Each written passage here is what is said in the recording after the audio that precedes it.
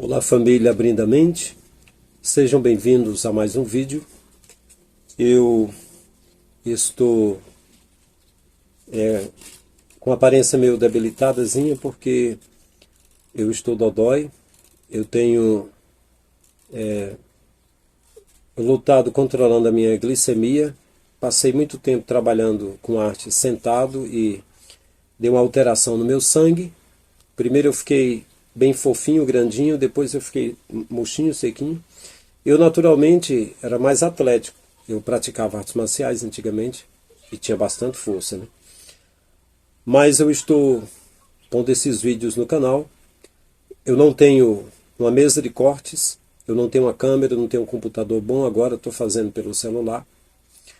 Humanamente falando, não teria condição.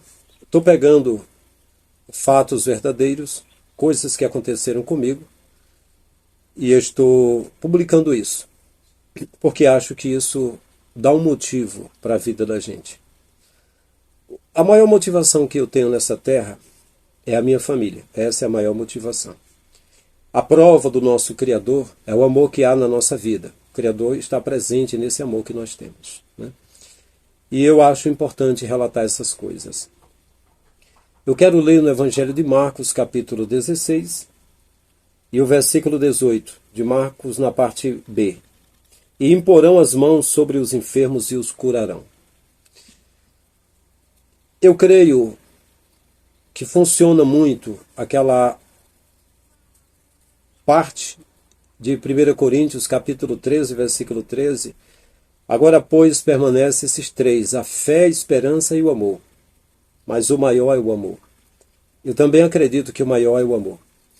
Quando eu fiz uma apostila de ética cristã, que eu fiz essa disciplina no seminário Stadec, a ética universal que mais aponta para praticarmos é o amor. Essa é a melhor ética que existe, é o amor, né? E a fé, eu não tenho uma fé religiosa de dizer assim, eu creio na Bíblia do jeito que ela é, do jeito que ela está e assim, não é dessa forma. A Bíblia não surgiu da forma que está, não é assim. Você tem de acreditar nas coisas pelo que elas são. Agora, eu também tenho uma fé, a fé que eu tenho é aquela que algo pode acontecer, principalmente a favor da gente. Se a gente acredita, a gente quer algo bom. Surgem oportunidades boas, algo fenomenal pode acontecer. E o nosso Pai Celestial pode fazer isso na vida da gente. Não é uma fé louca, apenas religiosa. Tipo assim, eu creio que quem canta música gospel é de Deus. E quem canta música que não é gospel não é. Não, não é dessa forma. Não é dessa forma, porque... Não vou nem entrar nesse assunto. Eu vou prosseguir aqui, né? Segunda parte do verso 18 do capítulo 16 de Marcos. E imporão as mãos sobre os enfermos e os curarão. Fé, esperança e amor. 1 Coríntios 13, 13. Eu tenho fé. Através da fé eu consegui tudo na minha vida, pela fé. Eu acreditei que eu podia fazer tanta coisa, eu consegui fazer. Eu acredito, como está escrito em Hebreus, que a fé é a certeza das coisas que nós esperamos, a convicção de coisas que nós ainda não estamos vendo, né? E que pela fé os antigos alcançaram testemunho. Eu consegui tudo, casar, ser líder de igreja, eu consegui pela fé. Ninguém apostava em mim, viu? Ninguém apostava em mim. Pois bem, eu estava convidado pelo pastor João Bezerra da Silva, que até recentemente foi presidente da Convenção das Assembleias de Deus aqui no Ceará, a CONEADEC, que antigamente era COMEADEC, passou a ser CONEADEC, ou CONADEC, alguma coisa do tipo. Na minha credencial ainda é COMEADEC, é mais antigo um pouquinho.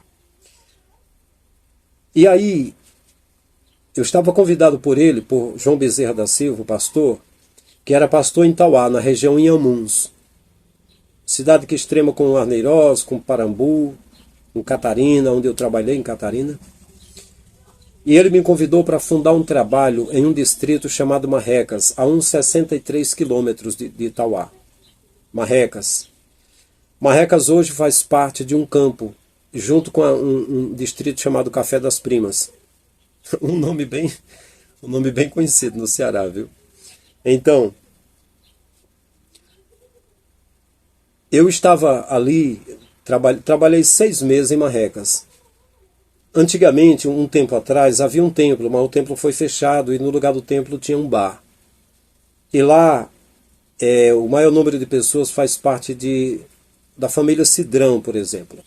Eles construíram a igreja católica dele na praça. Eu tenho as fotos. E ali, em 3 meses, nós conseguimos reunir 70 pessoas no templo. Alugamos uma casa, derrubamos a parede. Hoje eu não trabalharia mais com o templo, eu não faria isso. Preferia me reunir na casa do irmão, outro dia na casa do outro irmão, por N motivos que não vou entrar aqui, né? Mas na época, eu estava iniciando ainda, era no ano de 90, iniciando 99, se não me falha a memória, por aí. 98 para 99, né? Eu estava fundando aquele trabalho ali. E ali aconteceu alguns fenômenos. Uma das coisas que aconteceu é que daquelas famílias tradicionais, que assim que eu cheguei, eles fizeram de tudo para expulsar a gente de lá, nós caímos na graça deles, ou seja, alcançamos favor perante eles. E uma das coisas que ocorreu ali foi que uma senhora me chamou e disse que ela era herdeira lá da família Cidrão, e o pai dele tinha terras, tinha terrenos, e ela sonhou que alguém jovem estava ali trabalhando e queria montar uma igreja lá, em Marrecas. E ela, da herança dela, iria doar um terreno. E quando eu fosse construir, ela queria ajudar na construção. E isso eu passei para o líder João Bezerra da Silva. Mas esse não foi o fenômeno, não. Isso aí era uma coisa difícil de acontecer lá. Mas lá eu tenho as fotos das pessoas até reunidas com a gente, de irmãos que fizeram parte com a gente. A irmã mais antiga que eu vi, que o pastor falou que tinha lá, era uma irmã chamada Tieta, uma senhora. E lá tinha o irmão Reginaldo, um cadeirante, que toca violão, casado com a irmã Eliane. E eles tinham um menino também, um menininho, que agora, eu não estou lembrando bem do nome dele agora, o menininho. Mas depois eu vou lembrar. Eu tenho o nome deles anotado. E aí tinha 3 irmãs lá. A irmã Eliane era irmã da irmã Toinha. A Toinha era uma morena clara, de cabelo liso, alto. A gente chama morena, ela era branca, de cabelo preto, né? E ela tinha 2 filhos. Um era Samuel e o outro era Emerson. Se não me falha a memória, era Emerson. Era um lourinho e outro mais moreninho. Um mais da cor dela e outro mais lourinho. O lourinho é o maior, era Emerson. O menor era Samuel. O Samuel, eu acredito que tinha 8 anos de idade por aí. Seria isso. O outro era mais velhinho, devia ter talvez 9 ou 10. Acho que era isso. E um dia a irmã Toinha chegou na casa que nós morávamos. E ela chegou desesperada. Ela simplesmente deitou no chão, soluçando. E eu rapidamente deitei no chão, soluçando. Não foi soluçando, mas foi sentindo o choro e o soluço dela, né? Eu senti o que aconteceu com ela, é como se tivesse entrado em mim. Sabe, aquela... eu sentia o que ela estava sentindo ali. Eu sabia que a dor dela era muito grande. Eu só não sabia o que era. E eu acenei para minha esposa deitar no chão também, sem palavras. E depois de deitado no chão, eu falei: o que foi, irmã Toinha? O que aconteceu? Ela disse: o meu filho Samuel morreu. Eu falei para ela, geralmente eu visualizo as coisas de 3 cores, quando eu fecho os meus olhos, ou mesmo de olhos abertos. Eu vejo uma cor resplandecente. Quando está resplandecente, iluminado, então eu vou na direção que está iluminada, igual a mariposa do filme do Homem-Aranha, né? O Duende Verde dizendo: a mariposa é atraída pelo fogo, eu sou atraído pela luz. Na direção que eu vejo que tem luz. Às vezes não tem nada, mas porque está iluminado acontece as coisas. Um tipo a fé, né? Funciona. E aí, não sou fanático, não preciso de tratamento nesse aspecto, não sou doido da cabeça, não. Eu gosto de estudar, de aprender, de estudar. Não estou dizendo que isso é palpável, nem estou dizendo que é uma doutrina. Estou dizendo que comigo eu consigo contemplar uma luz. E quando não é luz, uma luz resplandecente, eu consigo ver algo vermelho. Quando é vermelho, eu sei que eu tenho de suar, eu tenho de guerrear para conseguir. É vermelho, da cor de sangue, eu tenho de guerrear. E às vezes algo aparece na minha mente, as situações de uma cor escura. Quando é escura, para mim não tem jeito. Não tenho fé naquilo. Está tudo escuro, não dá para enxergar nada, não tem um horizonte, não tem um caminho, não tem uma direção, está escuro. Então, sempre que eu vou tomar uma decisão que às vezes eu penso ou fecho os meus olhos e me conecto com as coisas, a decisão que eu tomo, ela aparece, a decisão correta aparece dessa forma. Se for para eu entender o que está se passando, então eu consigo vislumbrar, eu consigo imaginar cores. E quando ela falou, eu consegui ver resplandecente. Eu disse, não, o seu filho não morreu. Ela disse, morreu mesmo. Como? Morreu afogado. Eu falei, não, mas ele não está morto, ele só desmaiou. Disse, não, já encontraram ele morto, boiando na água, viram só o braço dele flutuando. Já está morto. Aí eu falei para ela, nós vamos orar até Jesus responder. Aí você pode dizer assim, o que você vai contar, você tem que ter prova. Eu tenho fotos, outra ocasião eu mostro. Agora, eu nem sei onde estão essas fotos. As minhas coisas estão espalhadas. Os cupins quiseram destruir o meu livro, as minhas coisas. Eu movi as caixas, movi as coisas aqui. Mas eu estou relatando isso aqui. Qualquer uma horinha eu prometo que eu posso mostrar essas fotos aqui, mas isso não é importante. É importante o que aconteceu. E se você vai acreditar ou não vai acreditar, também não importa muito. Mas, sim. Aí digamos que você diz assim, você é um religioso e você vai contar uma coisa que não pode provar. Olha, eu apenas vou dar os detalhes, os dados, as coisas da forma que aconteceu. Cabe a você acreditar ou não. Também não entro na sua fé, a fé é pessoal de cada um, a minha fé é a minha fé. Se você procurar historicamente o Jesus que falou aqui sobre imporão as mãos sobre os enfermos e os curarão, historicamente você não vai encontrar. Os judeus não tiveram ele como Messias, que Messias era ungido. Messias era quem libertaria eles, como rei de Israel, libertaria eles. Não seria morto em uma cruz. Os judeus tiveram ele como profeta. Flávio Josefo não deu dado suficiente dele, foi contemporâneo dele. Paulo, Shaul, também não deu dado suficiente do Messias. Eu vou usar a minha fé acreditando no que está falando aqui sobre cura. Vou acreditar nisso. Mas se você pedir para eu provar, eu vou dizer, eu não poderia provar a existência de Jesus. Não. Eu estou usando aqui a fé, acreditando na palavra de fé de cura aqui. Então eu me levantei dali. Eu fui para um bar que tinha perto, que tinha várias pessoas, já gostavam da gente. Todos eles, com rara exceção, eu não sei qual era a exceção. Caminhamos, andamos nas casas deles e não fizemos uma coisa religiosa, fizemos uma coisa mais familiar, né? Eu anotei as datas dos nascimentos dele, combinar com os parentes para fazer um bolo para a pessoa e falar as palavras de amor para eles. Então, a gente se reunia, eles voluntariamente começou a se reunir com a gente e ver que a gente era como uma família. Foi assim que eu fiz. Foi assim que aconteceu, que o pai me orientou. E aí eu cheguei no bar e eu falei, eu preciso de uma moto, porque eu só tinha uma bicicleta. Eu tenho a foto com a bicicleta, depois eu mostro. E aí 3 pessoas pegaram a chave, vai na minha moto, pastor. E aí um loiro da família Cidrão entregou a chave de uma moto verde, uma CG 125/97. E disse, vai na minha moto, pastor. Eu peguei a chave da moto dele e fui. Fui para Tauá. E procurei no hospital que tinha lá. Cheguei para a recepcionista, entrei na porta do lado esquerdo, tinha uma pessoa morena, sentada lá de cabelo comprido, assim. Eu falei, eu quero ir na sala do Samuel, do menino que morreu. Ela disse, do lado esquerdo, a primeira sala, pode entrar. Eu entrei, estava uma mesa. Aquela mesa, eu não lembro se era uma mesa de ferro ou era um tipo madeira mesmo, parecia ferro. Sem lençol, sem nada, apenas o menino com um calção esverdeado, sem camisa, nada assim, cinzento, deitado lá em cima, só isso. E aí eu peguei a harpa e escolhi o hino 510. Se eu fosse examinar a letra do hino 510, talvez até eu não fosse concordar com a letra toda da forma que está escrito. E tanta coisa que eu não vou entrar em detalhes aqui, né?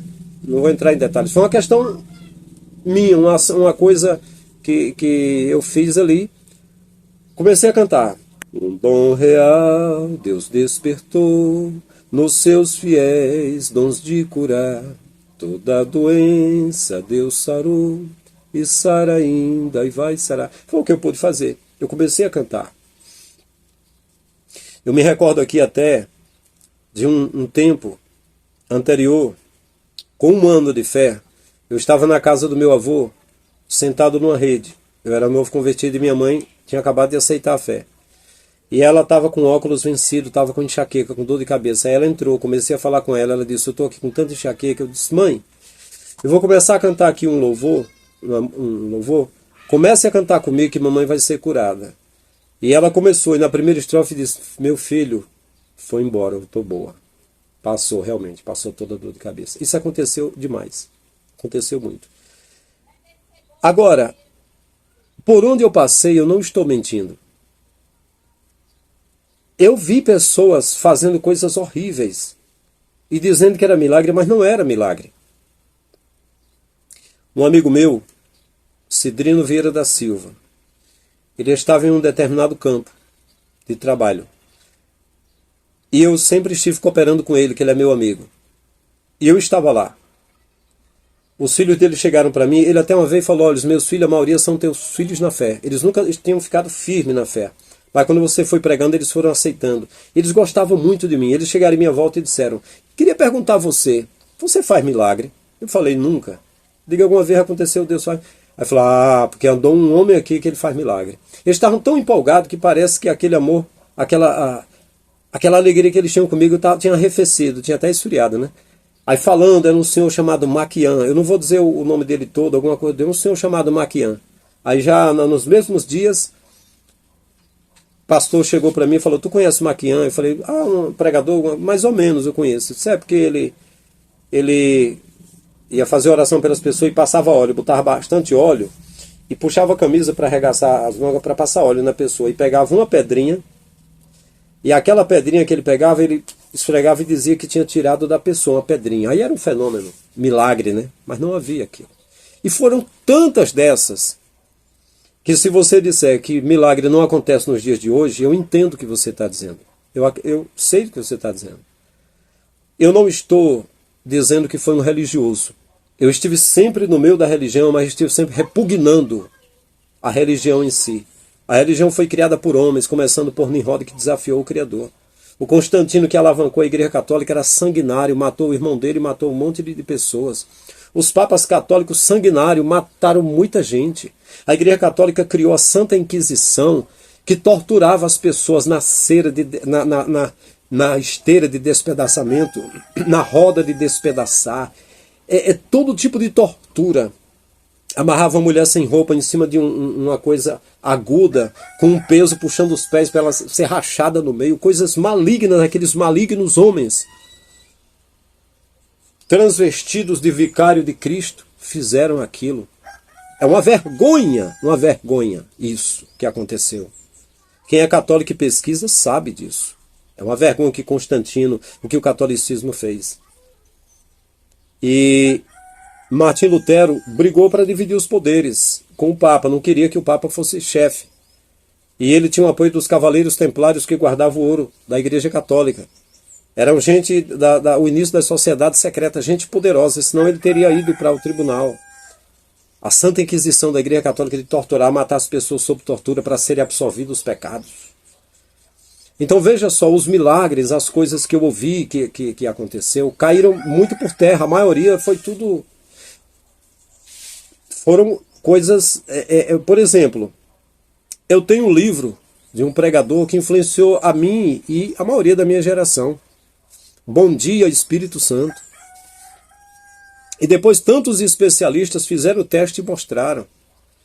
Aquele homem que falava Benihim, né, que se inspirava em Kathryn Kuhlman, um americano, muita unção do poder de Deus. E aí as pessoas foram mostrar se é verdade, se não é, pesquise a respeito. Hipnose. Você fala para as pessoas, eu vou tirar aqui o meu terno, o meu paletó. E a unção de Deus está aqui. Quando você vai falando, as palavras vão entrando na mente, no cérebro, vai jogando na corrente sanguínea, as pessoas se preparam, acreditam naquilo. Acreditam mesmo, e quando se diz que parte de Deus, é que a convicção é maior. Eu digo isso porque um assessor do Benihim esteve também. Lá em Camboriú, em 2011, eu estive lá e a gente fez uma amizade, eu conversei com ele. Ele me deu de presente 8 DVDs dele, assessor do Benihim. E ele também fazia aquela oração da unção para as pessoas caírem, e as pessoas caíram. E eu percebi o que era. Quando você prepara a tua mente, tu sente até um refrigério, um vento, uma brisa, tu sente tudo. Isso ainda é hipnose. Bom, eu não vou fazer apologia aqui e dizer que não acontece milagre. Não, não é isso. Vou dizer que eu encontrei atores que tinham a perna fina e disse que se sentavam em cadeiras de roda para simular milagres. Eu vou dizer que um homem que eu tenho no jornal antigo da década de 60, de mãos levantadas, morre de cerulo. Pastores que acompanharam a trajetória viram ele chegando na sua campanha com 100 homens e à noite os 100 estavam numa cadeira de roda para ele levantar, milagre. Eu vou dizer que a picaretagem é tão grande que quando acontece algo é difícil de se aceitar, de acreditar. Eu sei que comigo aconteceu isso. Quer dizer, aconteceu diante dos meus olhos. O menino Samuel, de aproximadamente 8 anos, estava duro, cinzento, deitado em cima de uma mesa no hospital de Itauá, Ceará. E eu comecei a cantar o hino 510 da harpa. Repito, não foi por causa do hino em si. Não foi um ato religioso, algum fenômeno, alguma coisa aconteceu. Eu senti apenas o desespero e a dor de uma mãe que estava ali. E de alguma forma consegui me conectar. E consegui extrair alguma fé que ela não estava tendo mais. Porque não tinha como ter. Né? Ela agora estava entrando numa prisão para sempre. Ela ia ficar presa na saudade. As imagens do filho ia ficar dali para trás. Ela ia ficar naquela prisão o resto da vida dela. Eu consegui sentir algo. Eu consegui ser um canal. E quando eu estava cantando um dom real, Deus despertou nos seus fiéis dons de curar. Toda doença Deus sarou, e sara ainda e vai sarar. Por Jesus, oh não falhou, nem vai falhar. O corpo dele cinzento começou a ficar corado. Eu comecei a me aproximar dele, pus a minha mão debaixo do pescoço dele, o pescoço estava mole, e ele abriu os olhos. E foi tão extasiante, foi tão sobrenatural ali, aquilo que eu falei, Samuel, fale comigo. E ele olhou para mim e ficou parado, só olhando para mim, mas para mim já estava feito, não tinha mais nada, não tinha sido uma doença, uma coisa que ele comeu. A mãe disse que acharam ele com a mão flutuando, boiando nas águas. Então eu peguei ele no colo, saí para fora, no corredor, quando eu fui saindo, vinha uma senhora meio baixinha, com a roupa de médica. E eu falei, o menino tá bem, o menino que se afogou, vou levar ele para casa. Ela ficou parada assim, com os dois braços. Ficou parada assim. Olhei na recepção e falei, o menino tá bem, vou levar ele. A moça da recepção ficou parada também assim, ninguém falou nada. Eu saí na porta, aí tava a Eliane, a tia dele, lá fora. Eu disse, vamos levar o Samuel para casa, me ajude a levar. Não sei como a Eliane estava lá, como ela chegou, se ela foi de carro, se ela foi de moto ou de bicicleta, eu só sei que eu lembro, ela montou na bicicleta, na motocicleta, na garupa, e eu levei ela para casa. Ela e ele, Samuel. E quando eu cheguei lá, que a irmã Toinha viu, abraçou com o filho e ficou girando, igual a fogueira de São João, na quadrilha, ficou girando, dando risada, abraçado com o filho, e ele parecia um mulambinho. Ele estava meio molezinho ainda, né, um olhazinho meio parado assim. E foi aquela festa. Foi algo muito grande ali que aconteceu. E aí o seguinte, depois de 6 meses, eu fui convidado para dirigir a igreja em Hererê, Assembleia de Deus de Hererê. E lembro que alguns anos depois, eu retornei para fazer uma visita ali. Nós fomos de carro. E quando paramos em frente à casa da família lá, da Toinha, eram 3 irmãs, tinha a Eliane, tinha a Toinha e tinha a Lilia. A Lilia tinha umas meninas dos olhinhos verdes, tão lindas, né, na época. E quando nós paramos, elas chegaram abraçando a gente pelo pescoço, pela porta do carro, já abraçando a gente e beijando a gente de alegria quando viu a gente. Porque ali foi algo inesquecível que aconteceu. Né? E aconteceu depois algo parecido com isso. Então, eu queria relatar isso hoje para você, até porque muitas pessoas estão vendo os meus vídeos, coisas que eu estou falando de pessoas que maltrataram muito a igreja do Senhor. Essas pessoas que eu estou falando, esses temas que eu estou relatando aí, são de pessoas que judiam, que põem fardos na vida da igreja das pessoas. Mas para uma pessoa mal informada, ele vai dizer, esse homem só fala de gente ruim, só fica falando... Porque quando eu estava protestando, denunciando pastores que só usava a Bíblia para pregar prosperidade financeira, para arrancar bens dos outros, a minha mãe chegou a dizer para os parentes que não gostava de me ouvir porque eu atacava os pastores. Eu não ataco pastores. Até porque, religiosamente, sou pastor também. Reconhecendo que na minha mente, na minha visão, só existe um pastor que é o nosso pai. É aquele que dá a vida por nós. Esse é o pastor. O restante não é. Ah, mas Paulo falou. Paulo falou, mas o Messias não falou. Paulo falou muita coisa por conta dele. Lucas também disse o seguinte: eu achei conveniente escrever isso aqui para você, Teófilo. Não foi não, porque Deus me inspirou para escrever, para revelar para a igreja, não. Eu achei conveniente revelar a meu amigo Teófilo as narrativas, as coisas que eu soube que aconteceu, referente aqui ao Messias. Eu achei conveniente. Isso não quer dizer que é inspiração. Quem afirmou isso foi o professor de hebraico, um exegeta, professor Fábio Sabino. E é verdade, é verdade. Então, que Deus abençoe a cada um de vocês. Você que ainda não é inscrito no canal, inscreva-se no canal. Nos ajude a aumentar esse canal, essa família, né? Nós falamos aqui a verdade. Se eu for para qualquer um púlpito pregar, e se eu falar toda a verdade, só prego uma vez. E na verdade, antes de terminar, serei interrompido pelo líder. Porque falar a verdade não é fácil. Não é aceitável. Se você chegar num púlpito e você disser: a convenção dessa igreja, o líder dessa igreja, ele tem a credencial, na credencial dele tem o M, de cabeça para baixo, e tem a pirâmide ali dentro, das sociedades secretas. A convenção, esse segmento e todos os poderes estão debaixo dos poderes de gente grande, que são banqueiros, que são riquíssimos, que fazem reuniões em sociedade secreta. Eles norteiam, eles dirigem esses poderes políticos e religiosos. Se eu for falar no púlpito, é o maior escândalo. Vão pegar minha carta de recomendação do pastor presente e vão dizer: esse pastor aqui está falando coisa errada que não é para falar. Aí vão dizer: ô Frank, é verdade, mas não pode falar. Então aqui no meu canal eu posso falar. Por isso que eu estou falando. Mas ainda tem pessoas que não gostam da verdade, ainda censura, né? Mas enfim. Então nos ajude a aumentar esse canal para alcançar mais pessoas, porque em João 8,32 o Messias disse: conhecereis a verdade e a verdade vos libertará. Ele libertará de tudo, meu irmão. Libertará a sua mente. Vai abrir a sua mente, né? Então dê um joinha se você gostar do vídeo, compartilhe com seus colegas, fale desse canal para que nós possamos trazer aqui mais conteúdos. Isso que aconteceu é uma coisa que o que eu posso fazer é mostrar as fotos, dizer o nome das pessoas, do acontecimento, da cidade, do local, que envolve várias pessoas. Eu posso falar isso aí, agora mais eu não posso. Vai caber se você crê, se você não acredita. Agora, isso não é motivo para eu montar uma igreja e agora convocar todo mundo porque eu fiz e tirar foto e mostrar: tá aqui, ó, isso aqui aconteceu e agora vai acontecer, e tirar o dinheiro das pessoas, porque é o que fazem. Não é motivo nenhum. Então, estou fazendo aqui, estou querendo que o Pai levante cooperadores que nos ajudem nessa obra, porque tem gente que tem. Eu lembro que eu estava em Tabuleiro falando a palavra e um homem falou: eu sou um empresário, eu sou dono de uma rede de 12 supermercados e um deles que tem lá em Lagoinha é meu, eu sou sócio, é meu aquele lá, eu tenho 12. E eu concordo tudo com você. Se você montasse uma igreja, isso foi em 2014, eu fazia parte com você, só que eu perdi o contato daquele homem. E aí quando eu estava conversando com um comerciante, o maior comerciante que tem aqui em Lagoinha, que é município de Quixeré, Ceará, região jaguaribana, eu falei do homem.